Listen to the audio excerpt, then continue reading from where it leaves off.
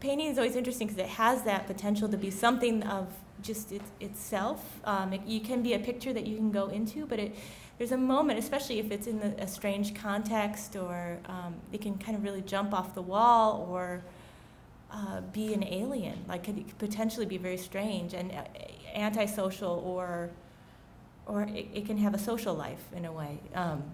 So I think that happens naturally with the painting, and I like that it can have that doubleness to it, that it can be just itself, and then in other moments it can do something else.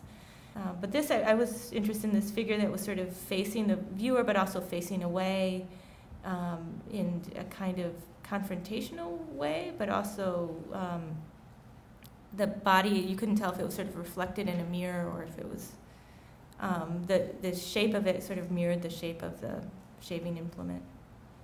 So this is a flasher. At this time I was sort of changing how I was painting, and I had been drawing a lot, but also drawing into the painting, and using oil stick crayons and trying to wipe things off. And if a gesture didn't feel right, like I would wipe it off and then redo it again. And I was looking at a lot at Matisse and really interested in how he was making paintings where if it wasn't right, he'd wipe the whole thing down at the end of the night. So he'd lose everything, so he could start, the surface was always open, always fresh, and so I was interested in that.